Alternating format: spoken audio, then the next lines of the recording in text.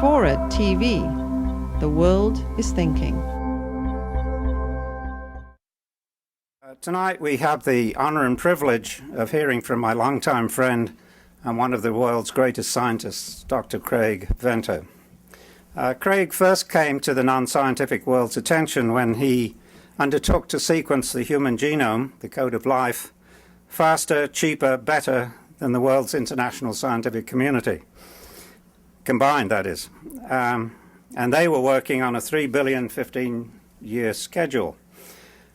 His proposal to my venture capital syndicate was that he wanted $100 million or so to build a not-for-profit institute which would accomplish the sequencing work by a method that the infamous Dr. James Watson said wouldn't work. Needless to say, we don't see many business proposals of that sort. Much to my amazement and the amazement of the world, he achieved the seemingly impossible by producing the sequence of the first human genome, his own, in the year 2000.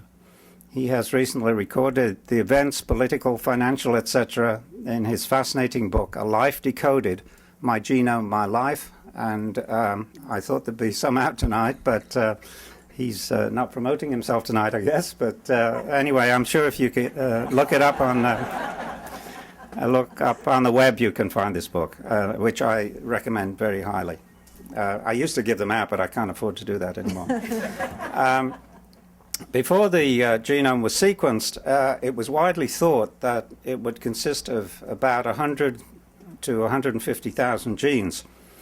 In fact, Craig's group was able to show that there are only about 30,000 genes in the genome, and this is a fact of huge importance in the understanding and diagnosis of disease and its treatment. Not being satisfied with this achievement, which of course has continued in various forms, he undertook a trip which many of you may have read about in his yacht, The Sorcerer, which followed the famous trip of Darwin to the Galapagos Islands. And during that trip, he and his group were able to find several million new genes that had never been discovered before. So I think it's fair to say that he and his group have discovered better than 99.999% of all genes found by the scientific community to date. Craig has now changed direction slightly in that he's started a new venture, which some of you I'm sure have read about. And I suspect that much of what Dr. Venter will have to say today will relate to the next chapter in his remarkable life.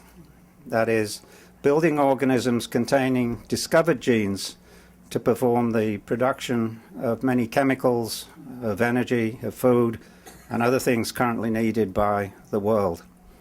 In my personal view, history will recognize Craig Venter as the greatest visionary and bioscientist of this era.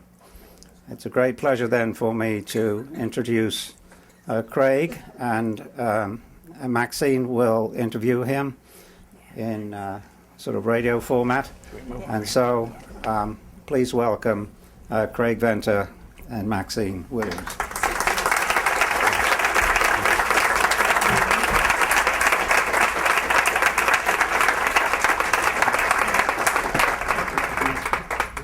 Elaine.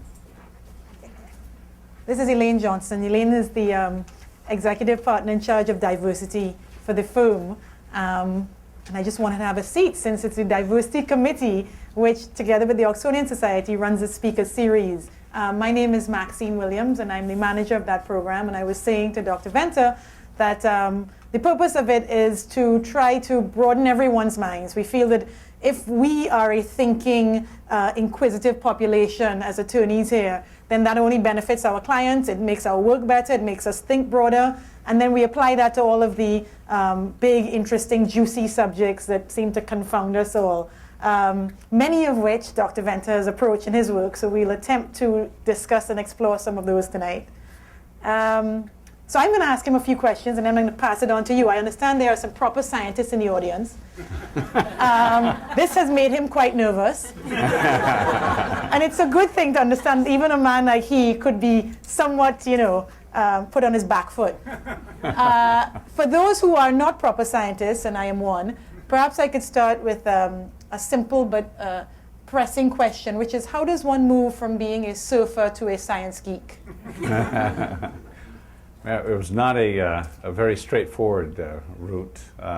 In fact, early on in my education career, nobody would have ever predicted I would be a scientist or even successful, for that matter. At anything. I barely graduated from high school. I got a D- instead of an F in a government class. Otherwise, I wouldn't have graduated. And I got the D- because I knew I had a radical right-wing instructor, so I wrote a paper. This was in 1964 on why Barry Goldwater should be president. Otherwise, I would have flunked for sure. But at age 17, I left home in the San Francisco Bay Area and moved to Southern California to take up a surfing career.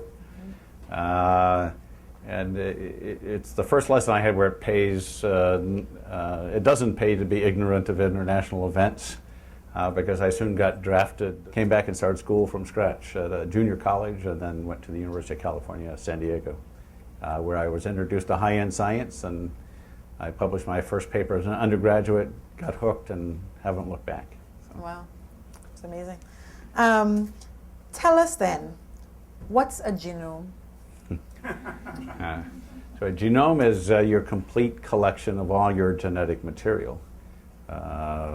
For bacteria, quite often it's just a circular chromosome with all the genes in that chromosome. For humans, we have 46 chromosomes, 23 of which you get from each of your parents. So your genome is that entire collection of all that genetic information, roughly 6 billion letters of genetic code spread amongst those 46 chromosomes. How do you know that you found the complete set? How do you know that, when did you know to stop? When the money ran out.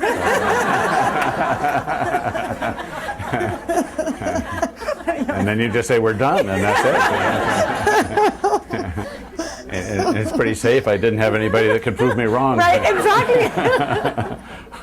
So it helps to be the definer of the field. But it is actually a very good question, and it's there's not a true 100% sequence yet, because there are regions of the human genome. The same letters are repeated over and over again, and so we know roughly how long they are, but you don't know the exact order of some of these repeats. But there's been accumulating evidence of how many chromosomes there were. For a long time, it was thought we had the same number of chimpanzees, and people worked out what the exact number was, and then the rough size of those, and you can work out roughly how many letters of genetic code. So the estimate early on of 3 billion letters and half the genome turned out to be pretty accurate. So, and in terms of scientific research, one assumes there were many people in many locations who were attempting to do the same thing that you were at the same time. What determines who gets credit for having achieved it? Yeah. Well, there was a public genome project. It was a $3 billion taxpayer effort in the US. England put another $1.5 billion into it through the Wellcome Trust, into a center there. Other countries contributed. The total was about a $5 billion program. But as Alan kindly said in his introduction, this was spread over at least a 15-year period. And people involved with it, they thought it was such a huge project, not only would it not be possible to do just in the US, that it had to involve the global scientific community, global governments for the amount of funding. So maybe you could see why it upset people when we announced that we were going to do it just in a year or two for a tiny fraction of the budget. And some of those people still haven't gotten over it yet. But like in most areas, the definitions go to the winners. And those who watched in 2000, we announced at the White House with President Clinton, and we declared it a tie. Okay. But everybody knows we clearly won. You're just being gracious and humble. Well, at least gracious. So then now you've become the man who's created artificial life.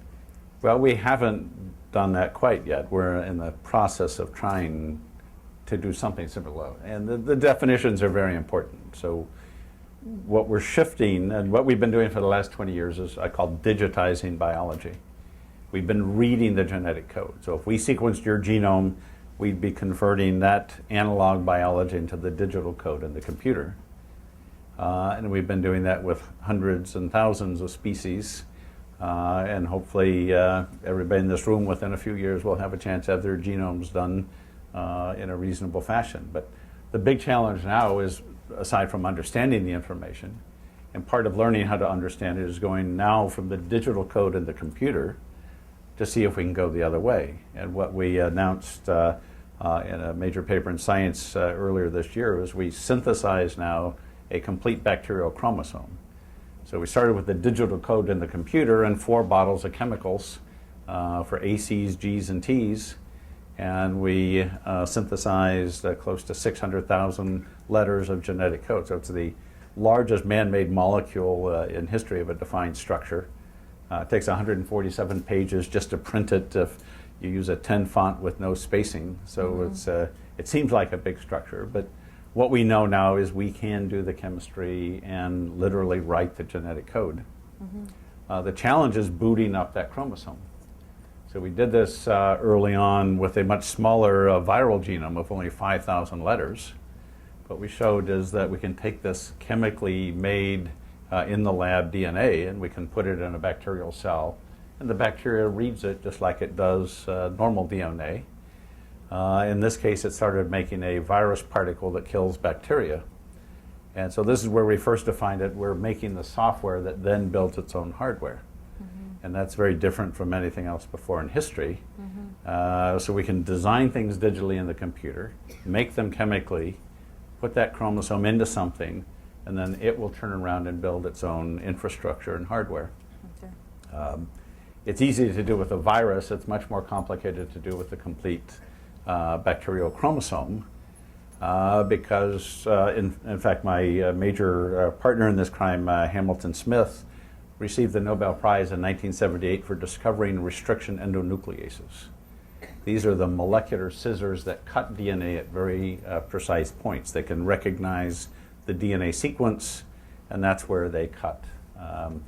And evolution probably would not have happened the way it did if it wasn't for these enzymes.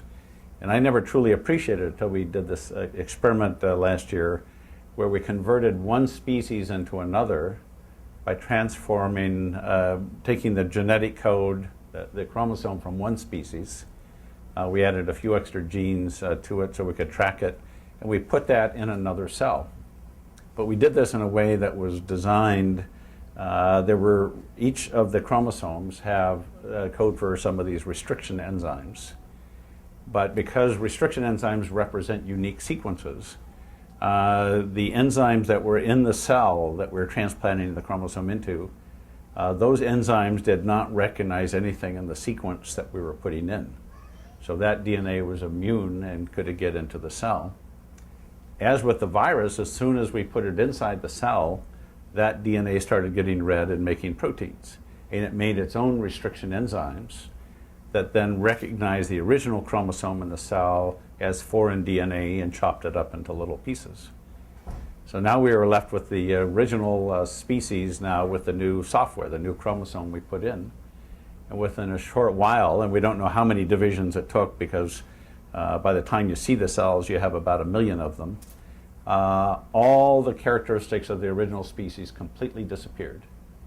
And all we could see now were the characteristics defined by the chromosome we transplanted. So if anybody ever had any doubt that DNA was truly the genetic material, this is the ultimate proof of it. It's also the ultimate form of identity theft.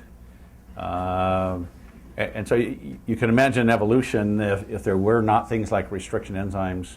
Every time you had sex, you stole the identity of the species or the person that you had sex with. Now, some people claim that happens anyway,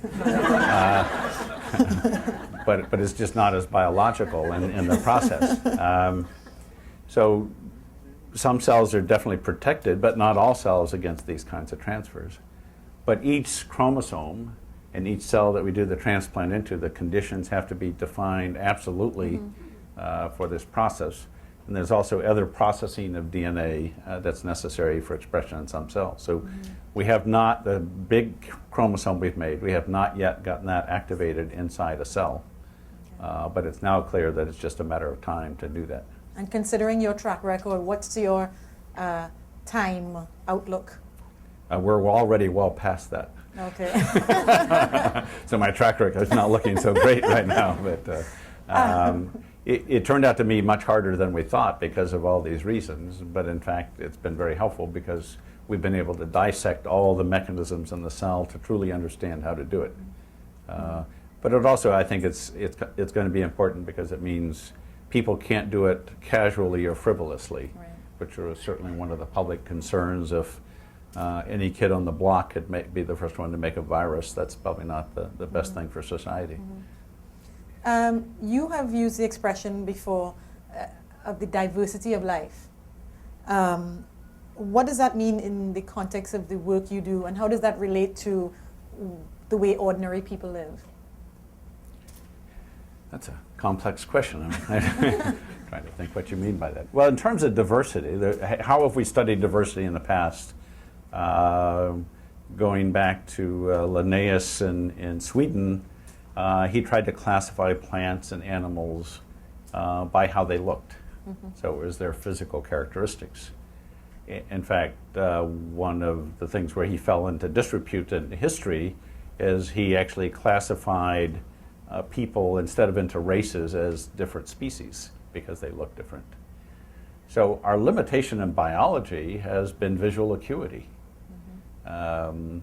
It was less than a decade ago where I was invited to a program at the National Zoo in Washington where there was a very serious scientist who had spent his entire life characterizing squirrels and looking at them and defining them as about 100 different species based on how their tails looked. But from a genomic point of view, they probably shared 99% of their DNA and probably just had a few minor changes in some of the genes that determine whether they have fluffy or straight tails.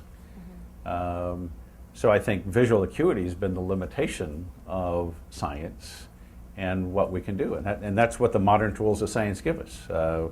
We can expand beyond our human limits. So with all these new tools, we're looking at the genetic code. We're looking at that ultimate information that defines species. So instead of looking at 100 or even 1,000 bits of information when you look at another animal or species or individuals, we have billions of letters of genetic code that truly define them, and we can compare similarities and differences. In fact, that was one of the big discoveries that we made recently with doing a complete sequencing of my genome versus what was done in 2000. In 2000, both projects only really did half the job. It was a haploid genome. And the announcements, those of you remember them, we said that all people had the same sets of genes, and we differ from each other in only 1 out of 1,000 letters of the genetic code. Well, it turns out that's not true. In fact, we're off by quite a bit.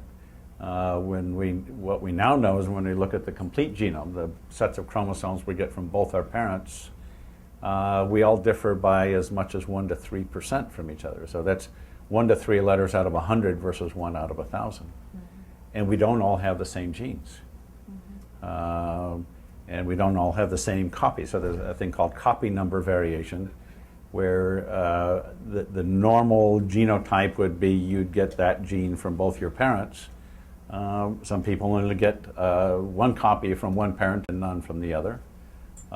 There's one particular gene associated with detoxifying environmental toxins that when you look at Caucasian populations, a third have no copies of that gene. Another third have 1 copy and another third have 2. And as we examine the genome and look broader, and as we do more and more genomes, we'll find out that this diversity is really tremendous.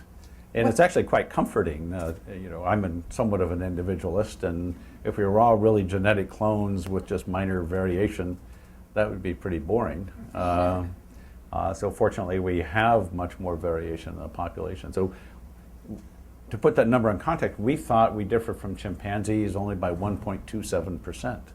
Now we know we differ from each other by as much as 3%. Hopefully somebody's asking whether the other number changed Yes. or not.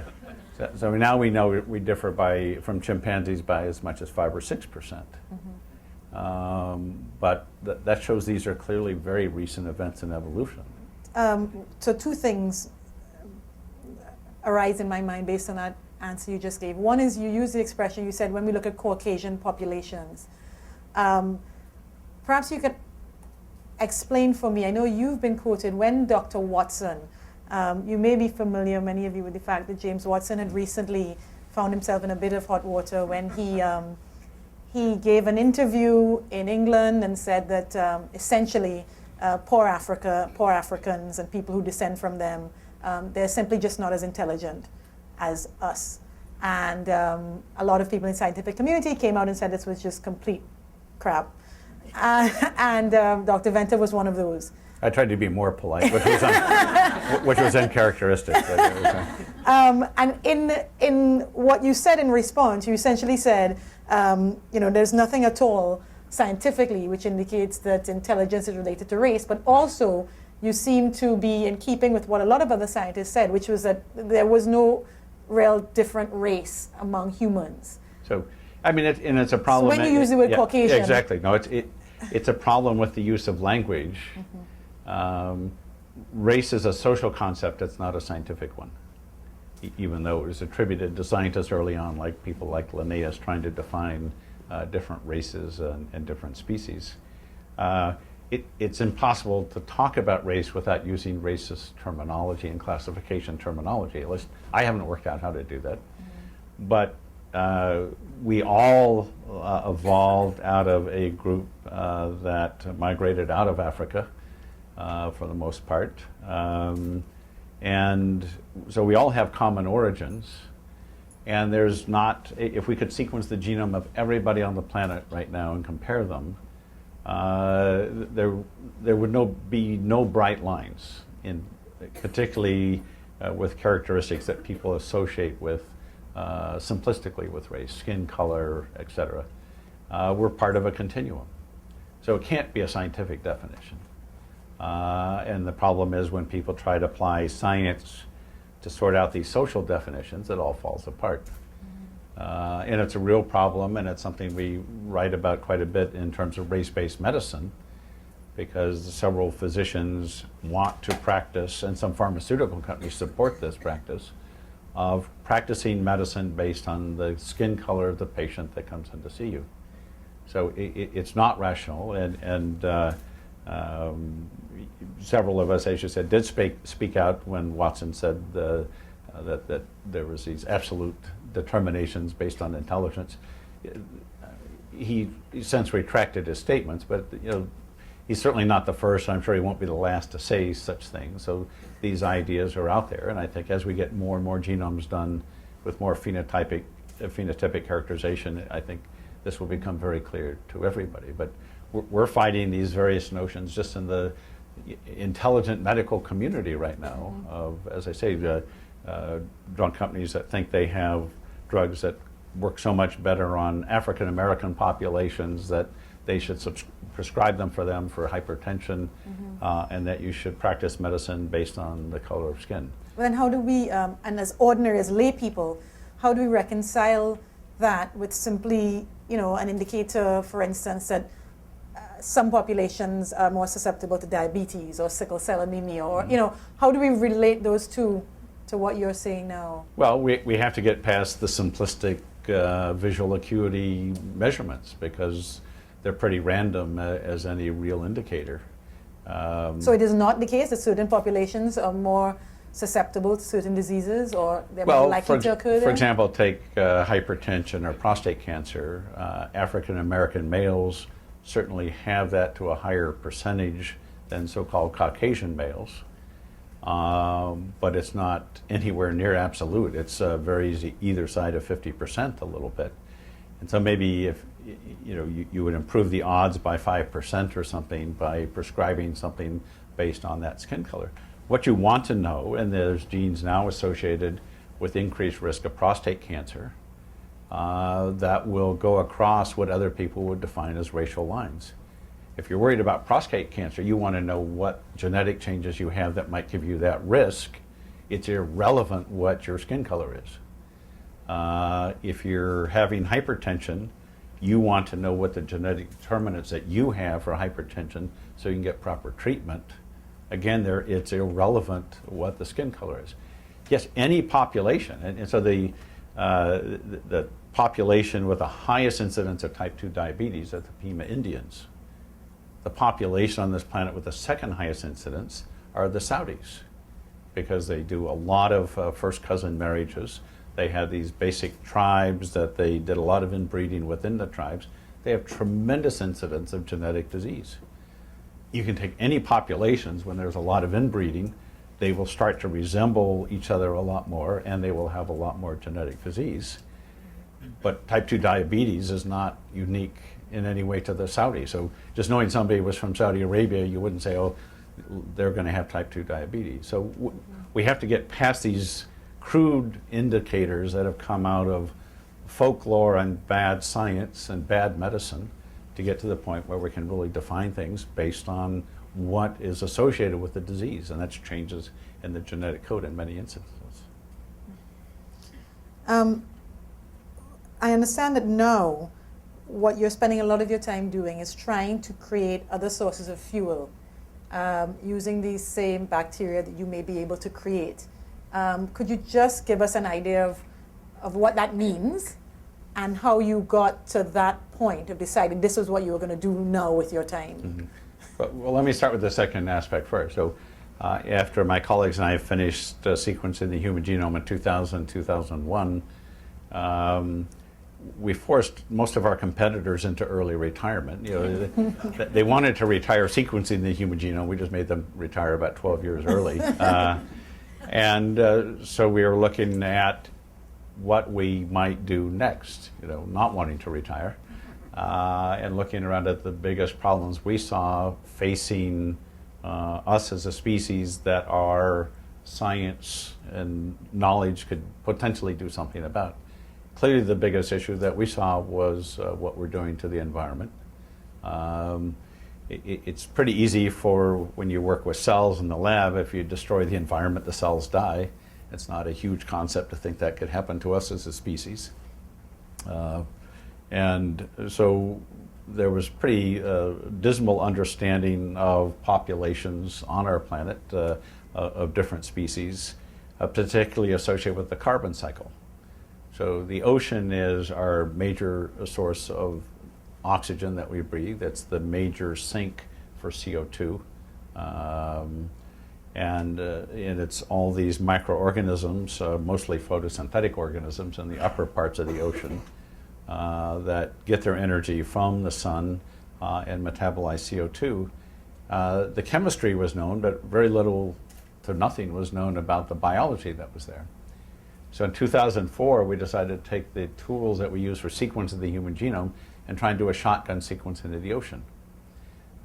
We decided to start, I met a young lady from Bermuda tonight. We started off with Bermuda in the Sargasso Sea, in part because the scientists that worked at the Bermuda Biological Station, where in fact I'm a board member, told us that there was very little life there. It was considered an ocean desert, almost no nutrients in that water. And as with each of the steps we took up to doing the human genome, most scientists thought these techniques would never work and that they wouldn't work in the ocean. So we actually chose the site in Bermuda because we thought it was going to be a very simple equation to solve. It turns out everybody was off by about 3 orders of magnitude in the amount of life there. So in just a barrel of seawater, an oil barrel, roughly 200 liters, we discovered about 40,000 new species. Very simply taking the water, filtering it, and reading the genetic code of everything all at once of what was there. So our knowledge of the oceans, our knowledge of microbes, is based on culturing about 0.1% of what's been there. So these tools allowed us to see a whole lot further, and that's what led to the Sorcerer II expedition. But some of the organisms that we found and been characterizing also gave me some ideas of ways we might turn things around. In 1996, we sequenced the first archaea. That's these organisms for the third branch of life that Carl Woese proposed, that many of these are extremophiles. The world's record is one that grows at 116 degrees centigrade. Now, most of you are taught if you want to kill bacteria, you put them in boiling water. There's a lot of them that will start living and replicating and getting really happy the hotter it gets, up to well above superheated water in the 116 degree range. We have other organisms that will replicate at 0 degrees. They'll grow in ice. We have other organisms that grow in such low pH or such high pH, the ranges of acid to base, that if you put your finger in it, your finger would dissolve, but these organisms grow. So we have extremes of life on this planet that when you try to examine life in a human-centric point of view, you're going to miss most of it, if not all of it, because you won't even ask those questions. We have organisms, one of these that came from a deep sea vent, all its carbon comes from carbon dioxide. Hydrogen is its energy source, and it doesn't use any organic compounds. So it's called an autotroph. It makes everything it needs itself, and its whole source of carbon is CO2. Well, we have a problem with too much CO2. We take oil and coal out of the ground, we burn it, and we put all the CO2 in the atmosphere. About 4.2 billion tons a year net get added to the atmosphere. And we have all these organisms that are good at using CO2, but we've pretty much saturated those now. The sinks have all been saturated. That's why it's increasing so much in the atmosphere. So if we engineer some of these processes, the idea is that we can come up with things that would be far more successful at doing this. One of the questions that may occur to some of you is, how could you have all this life if it was an ocean desert? If there's nothing there, how do they live? And the hint was in things like this organism from the deep sea vent. They don't need organic compounds. We discovered a new type of photoreceptor. It's the same class of family of your visual pigments in your eyes that you see lights and colors with. These bacteria each have a unique one of these. So they get their energy straight from sunlight, but not from photosynthesis. And they capture CO2, and that's one of the reasons the ocean's such a large carbon sink. So just think if we can take these processes and engineer them to be a millionfold more efficient.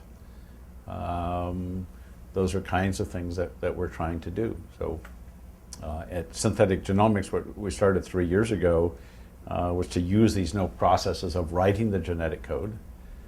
First, to see if we can, we set some modest goals like replacing the petrochemical industry and eliminating the use of fossil fuels. You can do that next week. So it'll take a little bit longer, but it seems like these were worthwhile goals.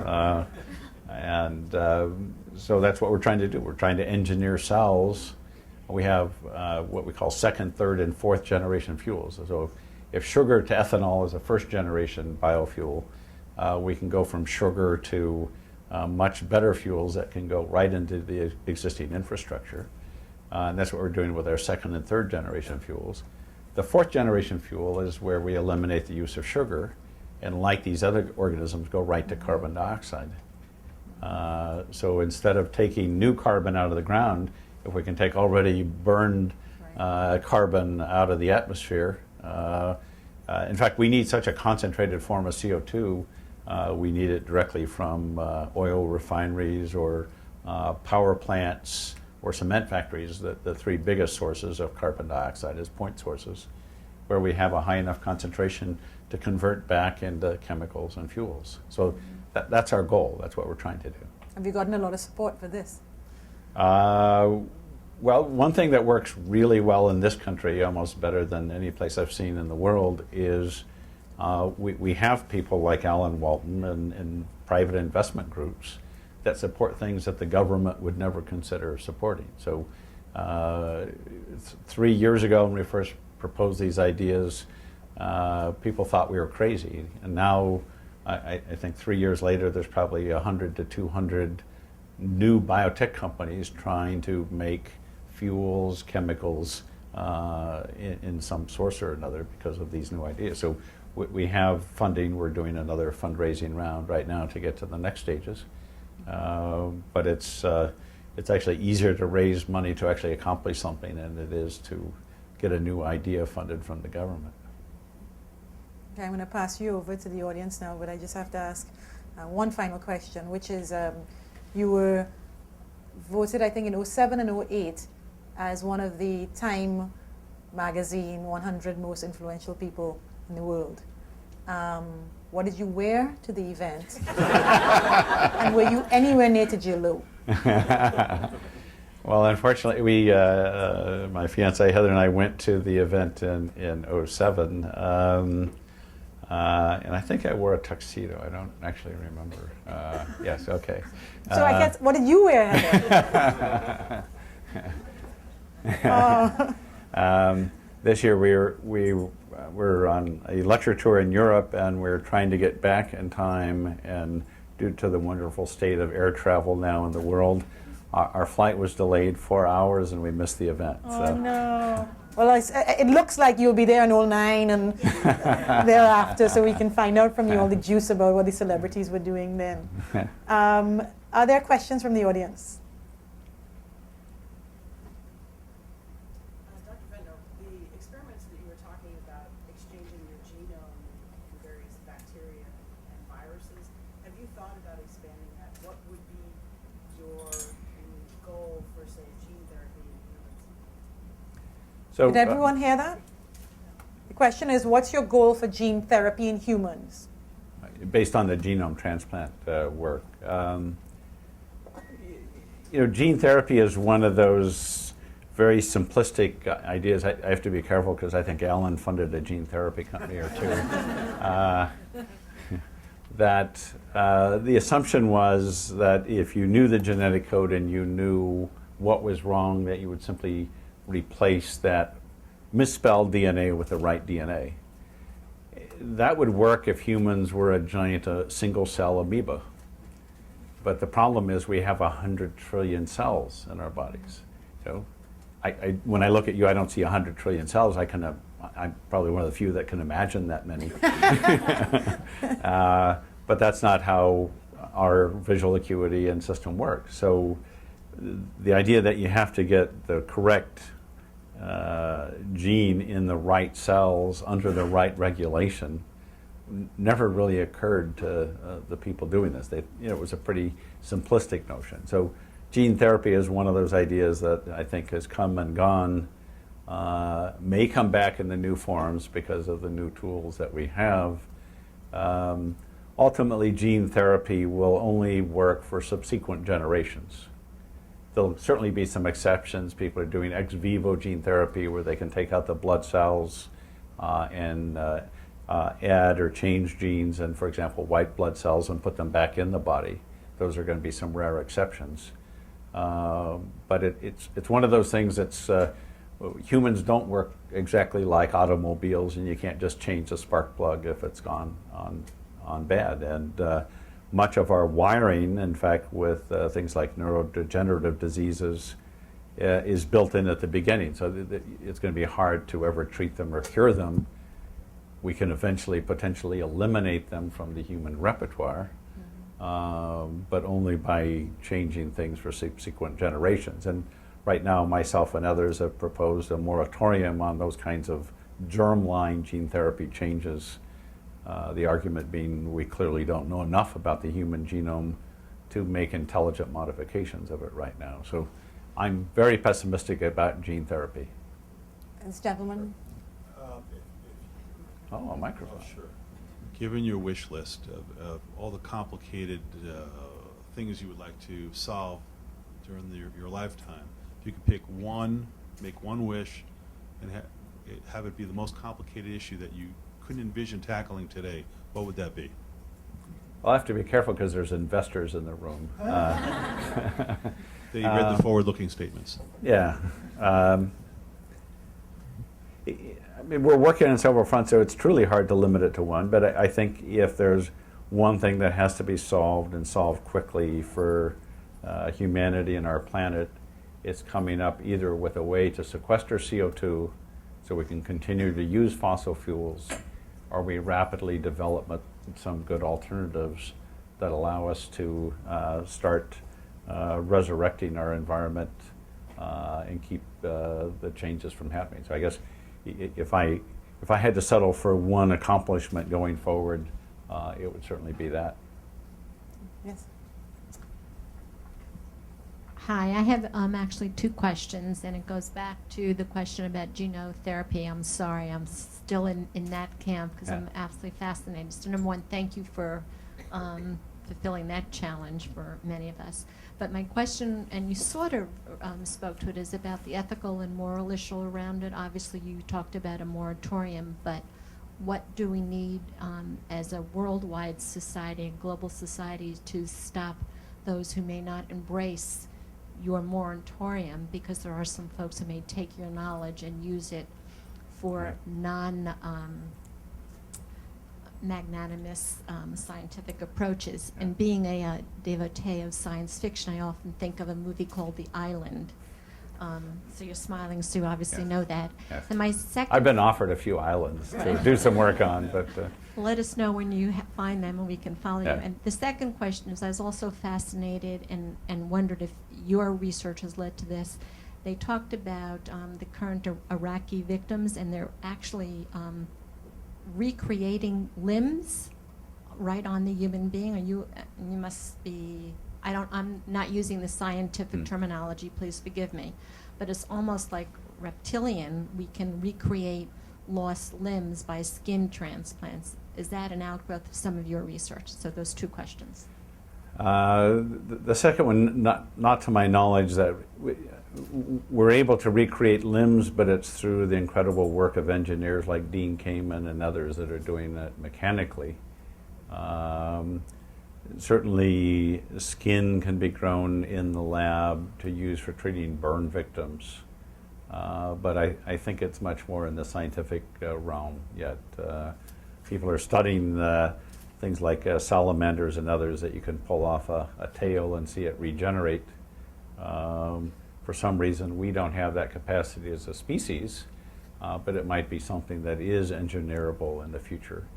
There's always dramatic pictures that are published to create sensations in the press.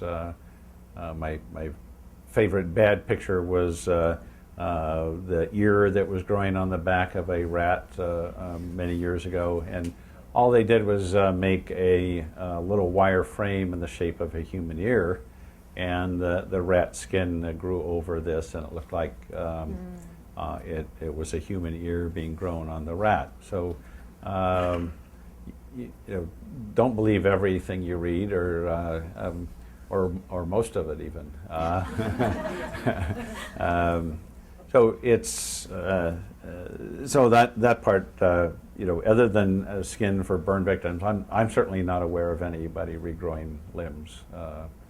The other question on the ethical issues, I mean, obviously they're important. I think there's pretty much consensus in the world, with some notable exceptions, and recent history with the former Yugoslavia, and before that in Nazi Germany, about doing human experimentation and not valuing life at all.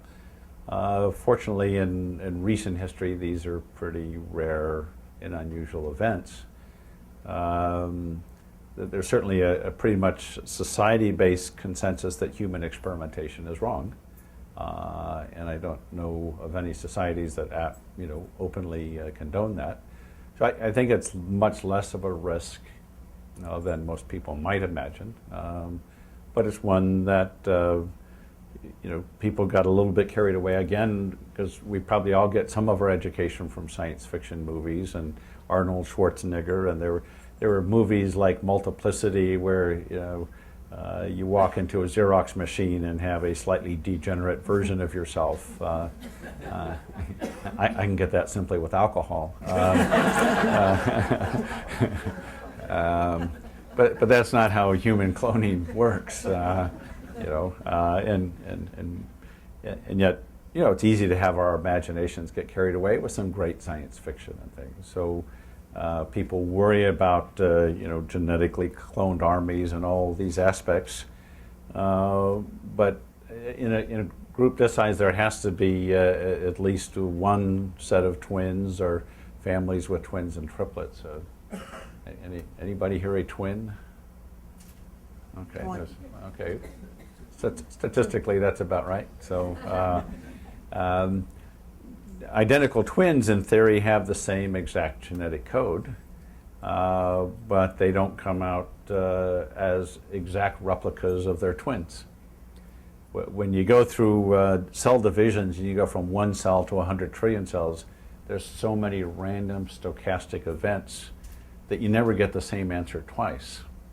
And with most genetic traits, things like rare diseases like schizophrenia, if one twin has schizophrenia, the other one only has a 50-50 chance of getting schizophrenia. So while we are perhaps the most genetic of all species, our life outcomes are not just genetic. So if you tried to make a cloned army, you'd have a pretty diverse group of, quote, individuals that, depending on who was in charge, there'd always be twins like me that didn't like who was in charge or something.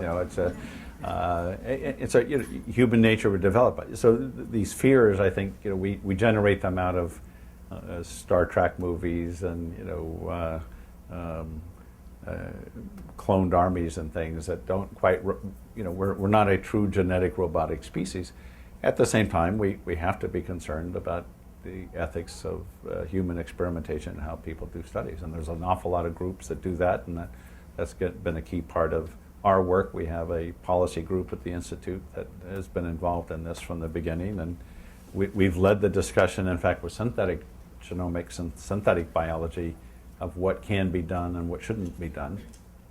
In fact, we asked those questions of whether it was okay to try and make new species in the lab before we did the first experiment.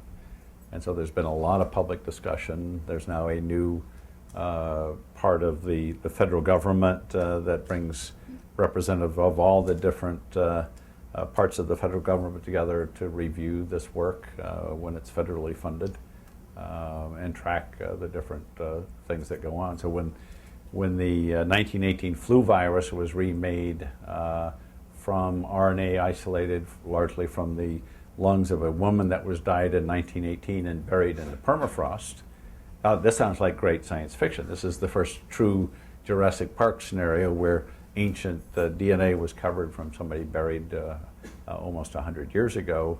That was done with approval by this committee because it was felt the risk of reinitiating the formation of the 1918 flu virus was key, so we could actually understand why that virus was so lethal. That's already led to the development of new vaccines. So this work gets tracked pretty carefully, but and I think my trouble with the scientific community is it's pretty boring. It's not that they're not people out there even pushing the limits of normal science. So the worrying about people pushing the limits of risky science, other than groups like the Raelians who talk about it but don't do very much, there's not much of a worry. Somebody from the back, perhaps? I hope there's no Raelians here. No. Oh, there is one. Oh, is there? Oh, you have a question. I am not a Raelian. I am wondering how things are going with creating a minimal genome. Maybe you could describe that project a bit. Okay. Carl, you should identify yourself at least for others. My name's Carl Zimmer. I'm a science writer. So it's what I was referring to earlier with it. So the minimal genome project is after we did the first 2 genomes in 1995, we asked simple questions, and most of our questions are pretty simple. With one cell, the first one we did had 1,800 genes, and the second one had roughly 500. Was that sort of a minimal set that evolved through natural processes? Was there a smaller set of genes that a cell could have, and could we define a minimal operating system for life? Was what we've been working on basically since 1995. And the ultimate way that we chose to answer the question was by synthesizing the chromosome. Because we tried knocking out genes, we could knock out roughly 100 when you knock them out one at a time. And these experiments on this single cell are very important when we try to interpret the complexity of the human genome. So even this most simple bacteria with only 500 genes, if you knock out one gene, we could say, well, the cell lives, so that must be a non-essential gene. But you don't know how many other gene functions are covering up for its loss of function. So maybe that function of that gene was essential, but there was redundancy there. And this becomes very important when we try to interpret human diseases, such as Alzheimer's disease, where there's known genetic risk associated with a few genes. But those genes may not actually be the cause of the disease. It could be some of the other 23,000 genes in the genome that show up. So, Carl, until we get the synthetic chromosome booted up in a cell, there's about 2,000 experiments planned as soon as that happens to start just making lots of variations of that chromosome. That's why we synthesized it in the first place, so we could vary the content. So hopefully soon. I haven't given up hope that it will happen in 2008, but we're halfway through already, and it's not done yet. So. All right, 2 more questions. This gentleman in the front has been. Did knowledge of your genetic code impact you in any negative ways? And if so, how is that? Of your own code, of his own. Yes. Well, I got a lot of grief from the scientific community when I first announced it was my genome, so that was certainly negative feedback. No, I'd say it's been quite the opposite. Understanding even the limited repertoire that we can understand now from my genome, I think it's helped me in many ways. Even though I knew I had a family history of cardiac disease, we all sort of have this dilemma depending on who our parents are and what they had and what they pass on to the next generation. So my father died at age 59 from sudden cardiac death. We just celebrated my mother's 85th birthday, and she had to finish the dinner because she had a major golf game the next day. So it's, whose genes do you get? Who do you represent? And in understanding these risks. So early on, from changes in my genetic code, I started taking a statin. One of the things that was revealed, in addition to a risk for heart disease, is a risk for Alzheimer's disease. So I've known about this data that's finally just surfacing on the statins also look like they play a major preventative role in Alzheimer's disease. One of the best ways, though, is to avoid Alzheimer's disease is not to smoke, Chuck.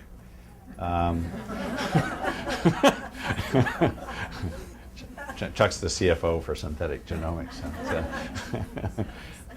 So those people who smoke have 10 times the risk of getting Alzheimer's disease of anybody else. So as we start to get large numbers of genomes and be able to interpret it, I think this information will be the #1 way that we will be able to prevent diseases, have early detection of them, and maybe alter outcomes long before they could ever appear. And I think the challenge is not going to be a scientific one as much as a social one. We're in a society that likes to deal with disasters after they've happened. This is not a preventative society. We have a stock market that people only think to the next quarter. We have a government that only thinks to the next election. And we have to think in long term if we're going to prevent diseases. So we need to convince third-party payers that they make more money by preventing diseases than they do by treating them after they occur. Statistically, I think that will become clear-cut, but it's going to be a major change for our third-party payers and insurance companies. But we're starting to get there. Many people have their statins paid for by third-party payers. There's now a known treatment similar to the statins that can, in theory, greatly reduce the risk of prostate cancer. Obviously, prostate cancer doesn't happen in a large portion of the population, but those that are of an increased risk might take that same drug, and hopefully that will start to get covered by third-party payers. Hopefully pretty soon we'll have a repertoire of hundreds, if not thousands, of things in this category. So I feel very fortunate to be able to see mine, and hopefully predicts things of useful value. All right, one more question. We've been taking a lot from this side, so perhaps over here. Yeah. Just a follow up to that question, there's a company by the name of 23andMe that is offering to sequence anyone's for $1,000, do a genetic analysis of any individual and tell you your family history and diseases you may be susceptible for. Do you have any thoughts on, is that a novelty? Is it revolutionary? Do you think in a generation we'll all have our DNA? It's a very good question, but in fact, by the nature of your question, it's one of the concerns with 23andMe and Navigenics and Decode and all these companies. They're confusing a lot of people because, in fact, all they can do, and we're redoing my genome with 23andMe and Navigenics, we're working with these various companies.